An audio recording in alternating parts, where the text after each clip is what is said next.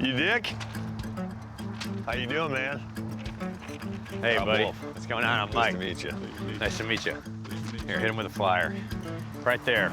Trucks. You have no idea how excited my brother is about trucks. I like trucks. You guys are cut from the same cloth. I like trucks. Yeah, I like trucks.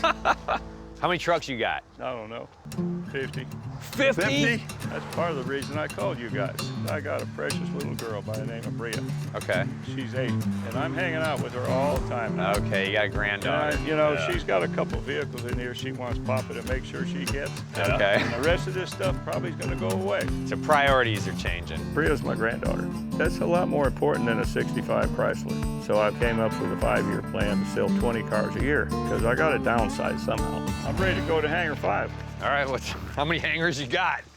That's the only one next to the airport. Did these used to be hangars, though? No. And were they connected to the airport? It was a funeral home. Okay. There's a lot of people that are in the same exact position as Dick. Dude, were you in the towing service? It was my own rig for my own stuff. They're starting to reevaluate things, priorities change, but he's way ahead of the game because he's making these decisions himself. He's not waiting until the last minute when sometimes these decisions are made for us. Who's Dean?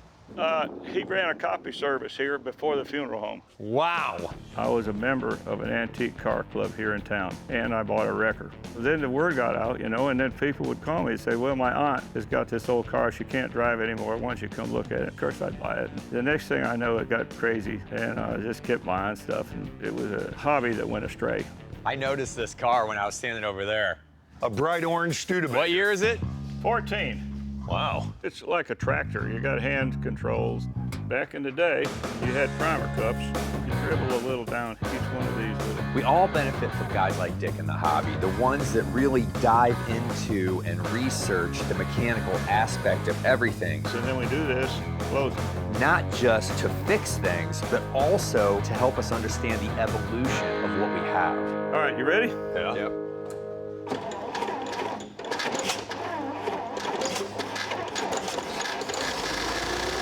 Bam, starts right up. There was never a cover on that. Look at that. Look at how that flywheel spins down there. It's a magnificent piece of machinery. Yeah.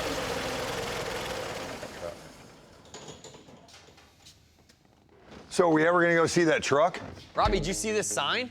Patience has never been one of my brother's strong suits. It looks like it's been through a fire. Are you familiar with where it was? Because you can No. see some char on this side. I don't know And you where can I see got how it. the sign is bent. Well, what From the happened was heat. the porcelain kind of heated up. You'll never get it to straighten out There's because a the big heat. patch that melted. Whatever Look it at was. this side of it, Robbie. Oh, right there. Oh yeah. Porcelain is pretty much indestructible, but this one has been in a fire. The damage that it's sustained is irreversible. The retail on it, I think, is like $700. I tell you what, I'd do 5.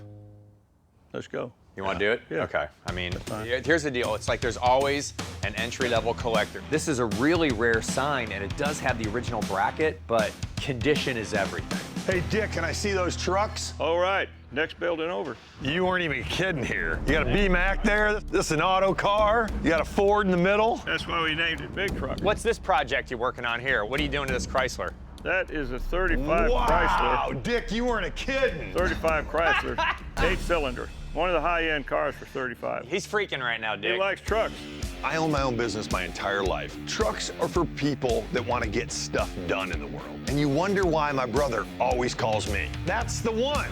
47? This is hand-painted right here. Valentine's 86 proof. This thing run? Yes. It's a cab over. Yeah. So the engine sits between the driver and the swamper, okay? What'd you say, the driver and the who? Swamper, the guy that does all the work. The driver sits there and steers. Yeah, baby. Look at this, RJ Wolfe. Yeah, look at that. Crank Yeah, the they roll window. out. That's the AC right there. Yeah. Lloyd Rainier, who loved Fords, bought it. And he and my friend Jack Thomas would drive this to the Pate swap meet from Shreveport with all their junk in the back. So what is paid, like 2.5, 3 hours from here? He's stuck. Door's How about locked. You gotta bump it now. Bump it. I could get you out. All right, I'll Dick get on says this he side. Dick says he Hang can on. get out.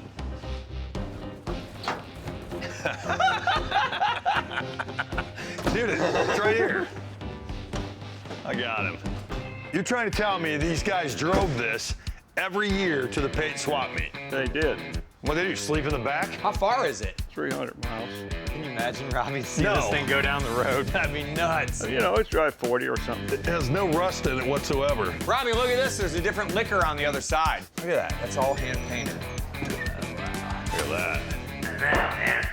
This thing is so solid. It's crazy. So you got a title of this thing? Yeah, I got a title. The condition of the signage on this truck is incredible. It's all hand painted, the graphics, the color. I think this might be the coolest cab over I've seen. It's a real time capsule. I could see why my brother is geeking out over it. 48,000 miles on it. The first engine was the 47. Lloyd put that 53 flathead in there with the distributor and a much better engine. Dick is one of those guys, I want to call him a savior, because this truck, had it been sitting outside, all the advertising on the side of it would have been gone. It's not even faded out. Let me look at the other side of this thing. Then you got the condition of the Co itself. I mean, it's magic. This is for sale. Yeah, I'm thinking 30. 30,000? You're thinking 30 because of the advertising? Yes. The paintings on the back are something nobody can do over. It's a time capsule. I was thinking like 17.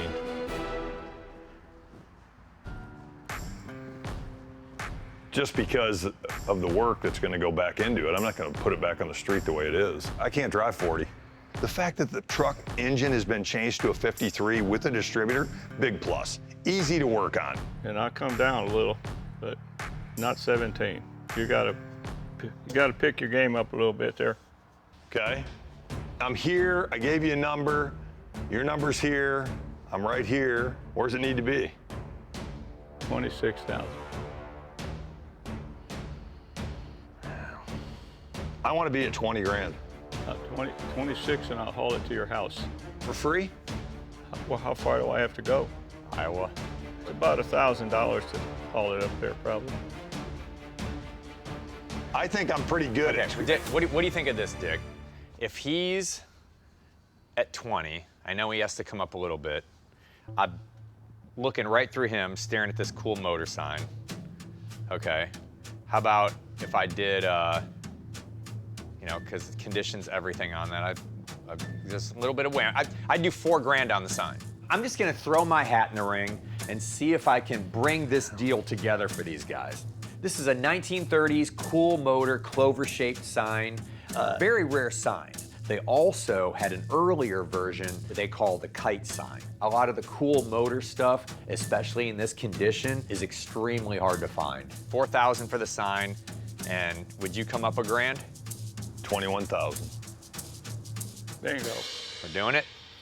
You're all right. That work? It worked. All right. I wasn't sure how it would twist, but it It's twisted. twisted right? Is that how that Okay, works? I can do that. Okay. Hey, all right, you owe me 500. I'm still on. As far as I'm concerned, Mike saved the day. I don't know if I want to tell him that. All right, so I got to ask, were you serious about hauling it for $1,000? Yes, I want to make a trip to Iowa.